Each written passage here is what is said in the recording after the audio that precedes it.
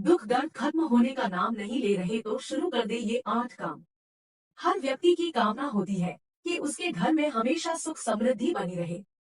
घर का वातावरण प्रेम, सकारात्मक ऊर्जा और एक दूसरे के सहयोग से भरा पूरा हो। इसके अलावा एक अच्छी जिंदगी बिताने के लिए धन का होना बेहद जरूरी माना जाता है। धन न केवल हमें अच्छी जिंदगी देता है, बल्कि समाज में हमारे मान प्रतिष्ठा को भी बढ़ाने का काम करता है। हर कोई अपने परिवार में शांति बनाए रखने और धन प्राप्ति के लिए मेहनत के साथ ही कुछ उपाय भी करता है, ताकि उसके घर में सुख समृद्धि बनी रहे और धन की भी कभी कमी न हो। मान्यता है कि यदि सच्चे मन और विश्वास के साथ कुछ उपाय किए जाएं तो समस्याएं आसानी से खत्म हो जाती है। इन उपायों के जरिए जीवन में आ रही परेशानियों से काफी हद तक छुटकारा पाया जा सकता है। आइए जानते हैं कुछ उपायों के बारे में। एक एक तांबे के लोटे में जल ले और उसमें थोड़ा सा लाल चंदन मिला दे। उस पात्र को अपने सिरहाने रखकर रात को सो जाएं। रात उठकर सबसे पहले उस जल को तुलसी के पौधे में चढ़ा दे। ऐसा कुछ दिनों तक करें। धीरे धीरे आपकी परेशानी दूर होती जाएगी। यदि जीवन समस्याओं व दुखों से भरा हो तो 100 ग्राम साबुत चावल किसी तालाब में डाल दें। यदि घर में मां को लगातार कोई कष्ट सता रहा हो तो 121 पेड़े लेकर बच्चों को बांट दें, कष्ट दूर हो जाएगा। यदि जमीन जायदाद लाख कोशिशों के बावजूद अधिक दामों में न बिक पा रही हो तो कभी कभी चाय की पत्ती जमादार को दे। चांदी का चौकोर टुकड़ा सदैव अपने पास रखे और चांदी के गिलास में ही पानी पिए। हमेशा सफेद टोपी पहने।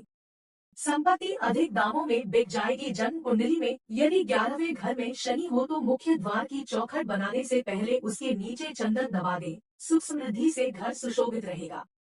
भवन निर्माण से पहले भूखंड पर 5 ब्राह्मणों को भोजन कराना बहुत शुभ होता है। इससे घर में धन, ऐश्वर्य व सुखों का वास होता है। बच्चे भी संस्कारी व आज्ञाकारी होते हैं। राहु ग्रह की अशुभता दूर करनी हो तो भगवती काली की उपासना करें। राहु अशुभ हो तो अचानक शारीरिक कष्ट होता है। चांदी की चेन गले में पहने, राहत मिलेगी। कुत्तों को रोटी अवश्य खिलाएं। गरीबों को सूजी का हलवा अपने हाथ से बांटे, कष्ट दूर होगा। यदि व्यवसाय या रोजगार में विघ्न बहुत आ रहे हो तो 10 दृष्टिहीनों को भोजन कराएं और गुलाब जामुन खिलाएं। अपने माता पिता की सेवा करें, विघ्न अपने आप दूर हो जाएंगे। दो आर्थिक संकट से छुटकारा पाने और धन लाभ के लिए होली की रात चंद्रमा के उदय होने के बाद अपने घर की छत पर जाएं और फिर चंद्रमा का स्मरण करते हुए चांदी की प्लेट में सूखे छुहारे तथा कुछ मखाने रखकर शुद्ध घी के दीपक के साथ धूप एवं अगरबत्ती अर्पित करें और दूध से चंद्रमा को अर्घ्य दें। अर्घ्य देने के बाद सफेद मिठाई और केसर वाली साबूदाने की खीर अर्पित करें। साथ ही चंद्रमा से समृद्धि प्रदान करने का निवेदन करें।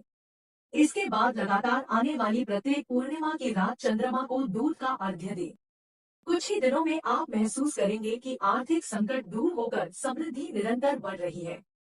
कष्ट निवारण के लिए कछुओं और मछलियों को नित्य आटे की गोलियां खिलाएं। साथ ही प्रतिदिन कौवे या पक्षियों को दाना डालने से पितृ तृप्त होते हैं। प्रतिदिन चींटियों को दाना डालने से कर्ज और संकट से मुक्ति मिलती है। इसके अलावा प्रतिदिन कुत्ते को रोटी खिलाने से आकस्मिक संकट दूर रहते हैं। ऐसे में ये इन उपायों को करने से आपके सारे कष्ट दूर हो सकते हैं। रुके हुए कार्यों को पूरा करने के लिए गणेश चतुर्थी के दिन गणेश जी का ऐसा चित्र घर या दुकान पर लगाएं, जिसमें उनकी सूंड दाईं ओर मुड़ी हुई हो। साथ ही इस चित्र की आराधना करें। इसके आगे लौंग तथा सुपारी रखें। जब भी कहीं काम पर जाना हो तो एक लौंग तथा सुपारी को साथ लेकर जाएं। इससे भी काम सिद्ध होगा। 3 सोमवार का उपाय। ये दिन देवों के देव महादेव भगवान शिव को समर्पित है। भगवान शिव को प्रसन्न करना मुश्किल है, लेकिन उनकी कृपा पाने वाले व्यक्ति का जीवन पूर्ण रूप से सफल हो जाता है। सोमवार के दिन शिव को जल चढ़ाने का उपाय जरूर करें। मंगलवार का उपाय। संकट मोचन भगवान हनुमान को समर्पित मंगलवार के दिन भी आप उपाय कर सकते हैं। इस दिन आप लाल रंग के वस्त्र धारण करके हनुमान चालीसा का पाठ करें। इस दिन घर से निकलने से पहले धनिया का सेवन जरूर करें। बुधवार का उपाय। भगवान गणेश जी को समर्पित बुधवार के दिन आप हरे रंग के वस्त्र पहने और उन्हें भोग में लड्डू जरूर चढ़ाएं। भगवान गणेश को प्रसन्न करने आप धन की कमी या इससे जुड़ी अन्य समस्याओं को दूर कर सकते हैं। गुरुवार के उपाय। भगवान विष्णु को समर्पित इस दिन भी आपको पीले रंग के वस्त्र धारण करने चाहिए। साथ ही इस दिन पीली चीजें जैसे गुड़ का दान करें। विष्णु की कृपा भी आपको धन का लाभ दिला सकती है। शुक्रवार का उपाय। कहते हैं कि इस दिन माता लक्ष्मी की पूजा करके धन से जुड़ी समस्याओं का समाधान पाया जा सकता है। मंदिर जाएं और माता लक्ष्मी के चरणों में कमल का फूल जरूर अर्पित करें। इस फूल को घर या कार्यस्थल में रखने से आपको लाभ होगा। शनिवार का उपाय। शनिदेव के प्रकोप भी जीवन में उथल पुथल मचा सकता है। साढ़े साती और ढैया से बचने के लिए इस दिन काली चीजों का दान करें। आप मंदिर में शनि देव की पूजा करके गरीबों या जरूरतमंदों में काला तिल बांट सकते हैं। रविवार का उपाय। इस दिन का संबंध सूर्य देव से माना जाता है। सुबह उठने के बाद सूर्य देव को अर्घ्य दें और फिर उनकी पूजा अर्चना में जुट जाएं। सूर्य देव को प्रसन्न करने के लिए इस दिन लाल या नारंगी रंग के वस्त्रों को धारण करें। 4 प्रतिदिन सुबह और शाम घर में संध्या वंदन के समय कर्पूर जरूर जलाएं।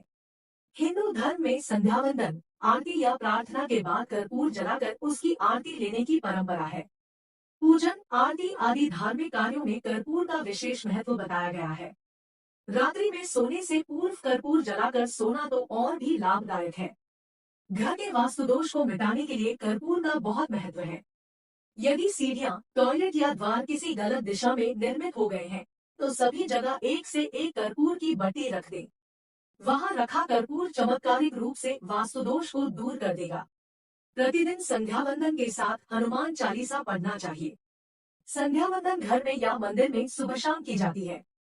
पवित्र भावना और शांति पूर्वक हनुमान चालीसा पढ़ने से हनुमान जी की कृपा प्राप्त होती है, जो हमें हर तरह की जानी अनजानी होनी अनहोनी से बचाती है। धूप, दीप, चंदन, कुमकुम, अष्टगंध, जल, अगर, कर्पूर, घृत, गुड़, घी, पुष्प, फल, पंचामृत, पंचगव्य, नैवेद्य, हवन, शंख, घंटा, रंगोली, मांडना, आमलंकरण, तुलसी, तिलक, मौली, कलाई पर बांधे जाने वाला नाड़ा, स्वस्तिक, ओम, पीपल, आम और केले के पत्तों का हिंदू धर्म में बहुत महत्व है। भोजन करने के पूर्व कुछ मात्रा में भोजन को अग्नि को समर्पित करने से वैश्वदेव यज्ञ पूर्ण होता है। हिंदू धर्म में धूप देने और दीप जलाने का बहुत ज्यादा महत्व है। सामान्य तौर पर धूप 2 तरह से ही दी जाती है। पहला गुगुल कर्पूर से और दूसरा गुड़घी मिलाकर जलते कंडे पर उसे रखा जाता है। यहाँ गुड़घी व चावल से दी गई धूप का खास महत्व है। रोज धूप नहीं दे पाए तो तेरस, चौदस और अमावस्या, चौदस तथा पूर्णिमा को सुबह शाम धूप अवश्य देना चाहिए।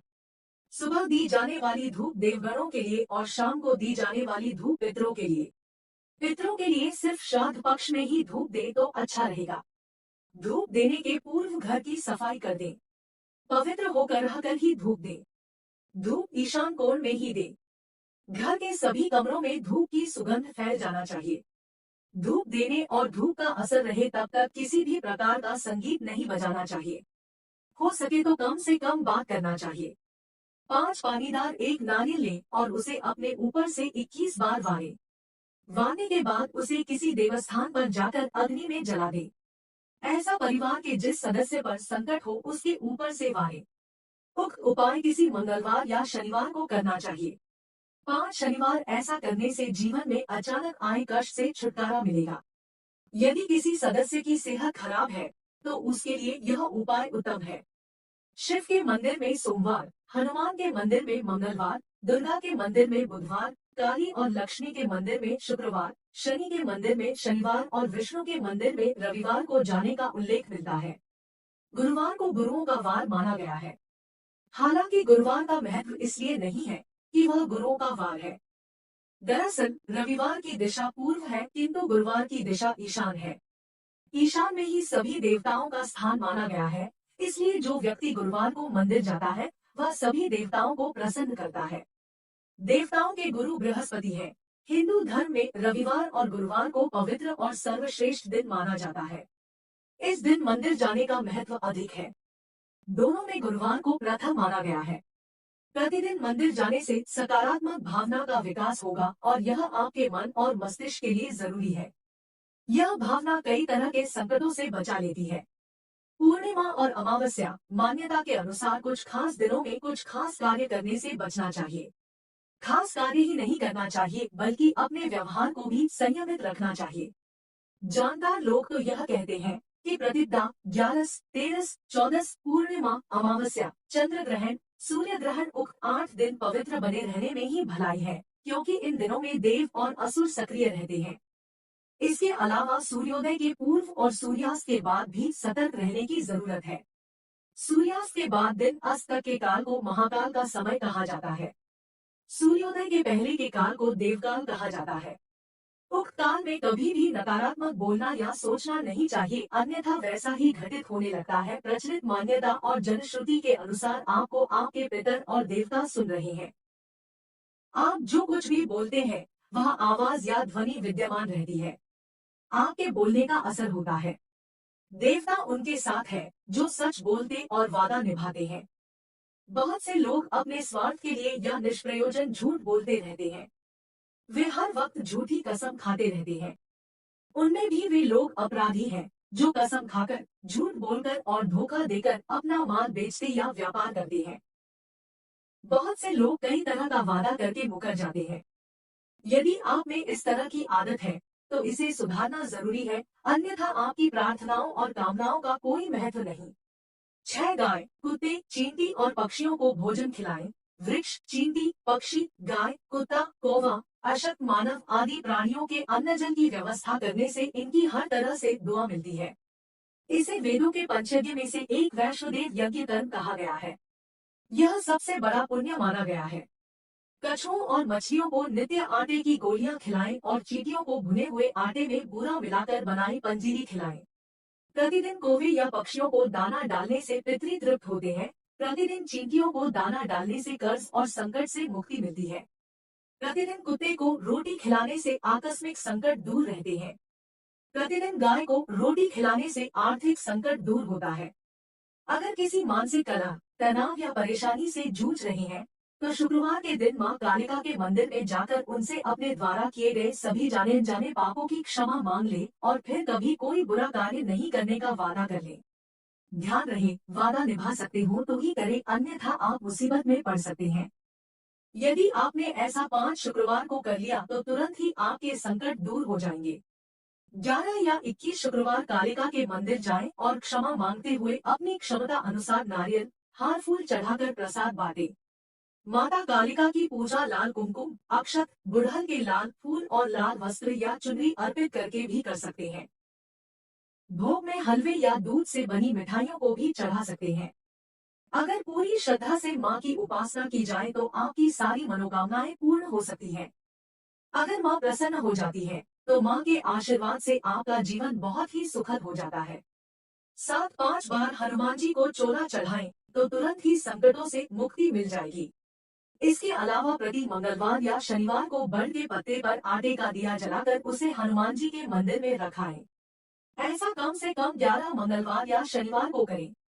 शनिवार को एक कांसे की कटोरी में सरसों का तेल और सिक्का, रुपया पैसा डालकर उसमें अपनी परछाई देखे और तेल मांगने वाले को दे दे या किसी शनि मंदिर में शनिवार के दिन कटोरी सहित तेल रखकर आ जाए। यह उपाय आप कम से कम 5 शनिवार करेंगे तो आपकी शनि की पीड़ा शांत हो जाएगी और शनिदेव की कृपा शुरू हो जाएगी। जब से मिलेगी संकटों से मुक्ति, सभी तरह के बुरे काम छोड़कर प्रतिदिन राम के नाम, गायत्री मंत्र या महामृत्युंजय मंत्र का जाप शुरू कर दें। ध्यान रहे, इसमें से किसी एक मंत्र का जाप ही करें। कम से कम 43 दिनों तक लगातार इसका जाप सुबह और शाम नियम से करें। इस जाप का असर जब शुरू होगा तो संकट भी धीरे धीरे दूर होने लगेगा। उक्त जाप के दौरान झूठ न बोले, तामसिक भोजन न करे और किसी भी प्रकार का नशा न करे, अन्यथा इसके बुरे परिणाम भी हो सकते हैं। राम का नाम तो आप दिन भर जप सकते हैं। कलयुग में राम के नाम से बड़ा कोई उपाय नहीं। प्रिय दोस्तों, आज के वीडियो में बस इतना ही। हमारे द्वारा दी गई शास्त्रों अनुसार जानकारी आपको अच्छी लगी हो तो वीडियो को लाइक, शेयर एंड सब्सक्राइब और कमेंट बॉक्स में जय श्री राम अवश्य लिखें। धन्यवाद।